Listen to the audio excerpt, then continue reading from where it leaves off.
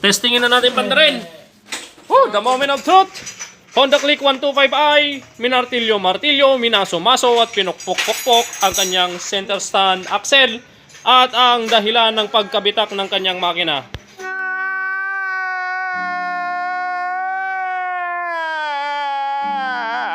Sige. One click pare, one click.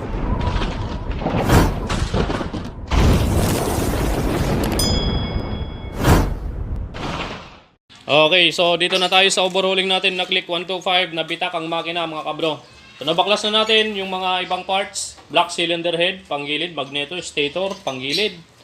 Dito na tayo sa mismong crankcase, crankshell. So, ang pinakamagandang gawin na lang natin dito kasi itong bandang to is halos hihiwalay na to. Nakadikit na lang siya ng epoxy. Yan, nilagyan na lang ng epoxy. At para nakakapit pa rin itong parting ito. So, ang ginawa dito dati, pinukpupukpok dito. Makikita nyo to, nagbrungol na, nagaribaba na. So, dito binanatan, tinanggal yung lock, tapos minartilyo-martilyo.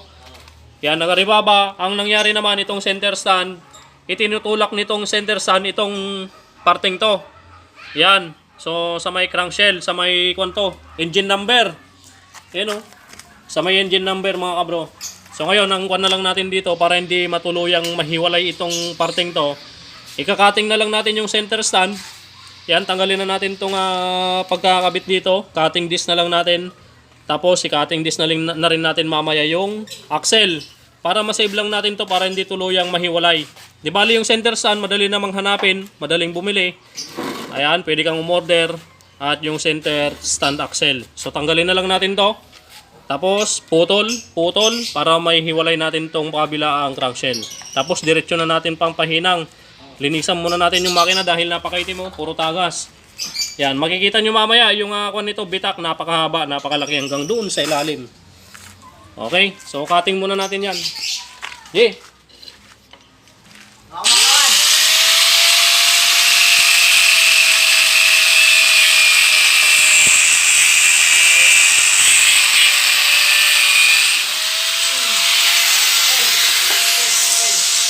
Good morning.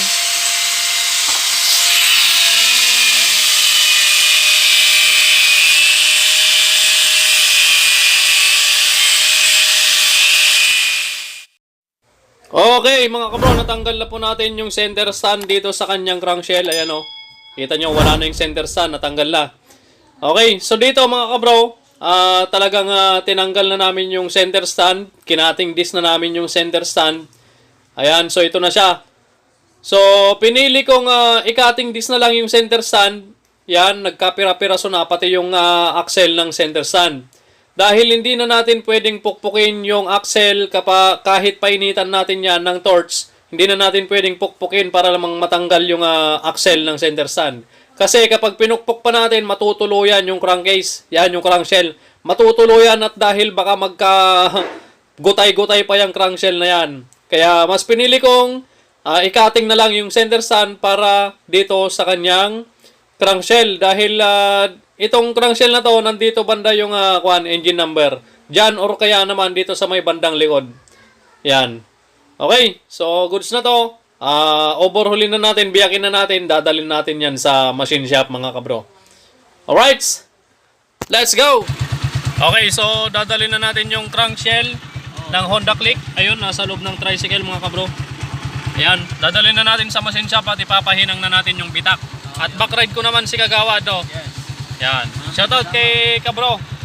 Yan. Solid follower and subscriber natin yan.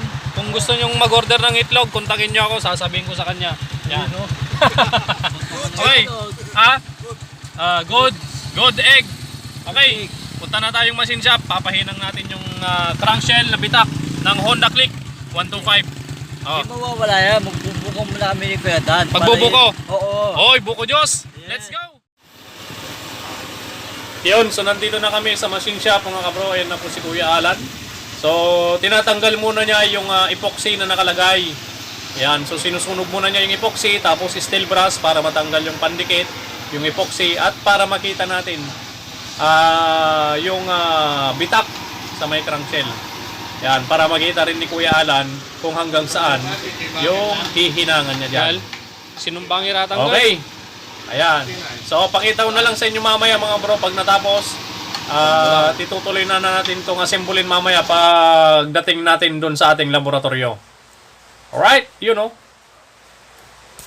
One eternity later. Okay, so tapos na po natin ipahinang itong crankshell mga kabro. Ito, napakahaba ng bitak nito kanina. Yan, mula dito sa ibabaw, may bitak dyan, pati dito sa likod. Yan, hanggang dito, bitak yan. Kaya pinahinang na natin, tapos na. Ngayon, assemblein na natin. Okay, assemble. Balik rin mga kagawad, ta-assemblein ko na. Yeah.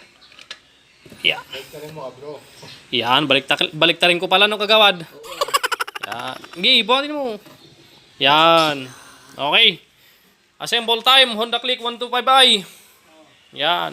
So ingat-ingatan nyo kapag nag-stack up yung mga center stand nyo. Huwag nyong minamartilyo yung axle. At baka mangyari din sa inyo to. Okay, so una natin lalagay dito yung sigunyal. Siyempre, papainitan pa natin yan para diretso swak. Kasi maigpit yan. Painitan muna natin ng torch. Okay, update mamaya.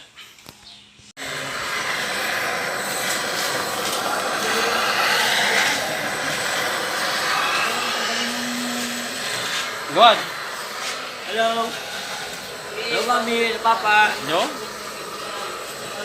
Shoutout kay Brother Lito. Di siya nagpakita ngayon Oh, hindi pumasok si Brother Lito na Kay pagkawan. Brother first. Shoutout sa inyo dalawa. Kainitan lang natin to. Lutuin muna natin bago natin salpak yung crankshaft. Kuha na galing eh. Oo. 2 very boring minutes later. Okay, so mga kabro, ito nabuo na natin yung makina ng Honda Click 125 Fi. At yung ipinahinang natin na nabitak doon sa may bandang center stand. Ayan, so okay na, nabuo na natin tong makina. Sasabihin ko lang sa inyo yung timing, yung proper timing mark. Okay, so dito sa sigunyal, makikita nyo itong kunya. Makikita nyo itong kunya. Dapat yan nakatapat dito sa may arrow na yan. Okay, kunya, tapos arrow. Alright, diretso yan. Tapos sa timing naman dito sa may timing chain sprocket, ayan makikita nyo mayroon siyang 1 and 2. Ayan, tapos makikita nyo dito may guhit yan. Yan, may guhit. Dito sa baba at doon sa taas. Okay, so yung guhit na yan, dapat yan nakapantay dito sa may guhit na yan at guhit dito. Okay, so yun pa yung proper timing. Tapos yung salpakan ng water pump dito, ayan, which is parang flat screw yung kwan niya. May guhit din dyan, may guhit dyan, may kanal para dito sa kanyang water pump. Ayan. Okay, so ganyan po yung proper timing ng Honda Click 125. Huwag nyong kakalimutan yung timing mark para kapag nabuno nyo na, pag nabuno nyo na yung makina na isapak nyo sa chassis, hindi kayo magka-aberya, hindi kayo magbabaklas ulit. So dapat sigurado yung timing ninyo dito sa makina. Okay, yan. Lagyan na natin yung mga dapat ikabit, tapos salpak na rin natin dito sa chassis at paapanda rin na natin. Check din natin mamaya kung may leak pa o wala na. Okay, so far so good. Assemble.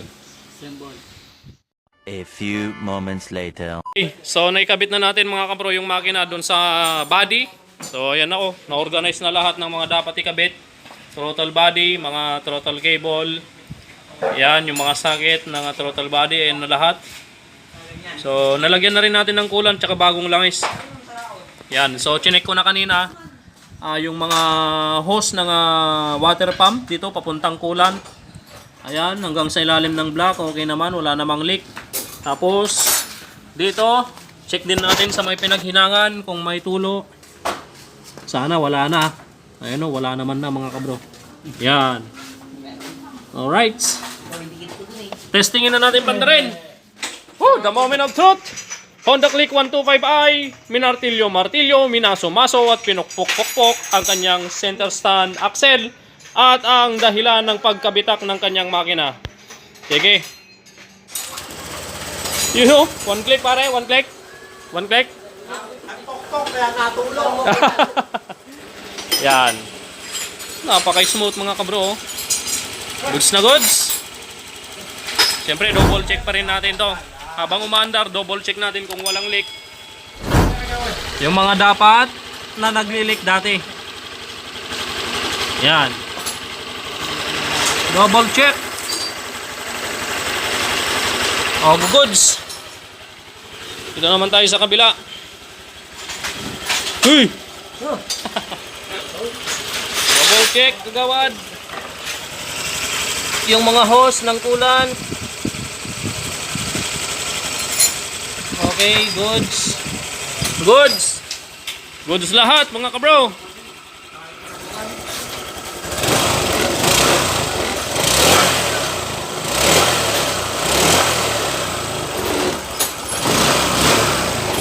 Okay, so ilagay na po natin mga kabro yung upuan at mga dapat ilagay para may road test natin.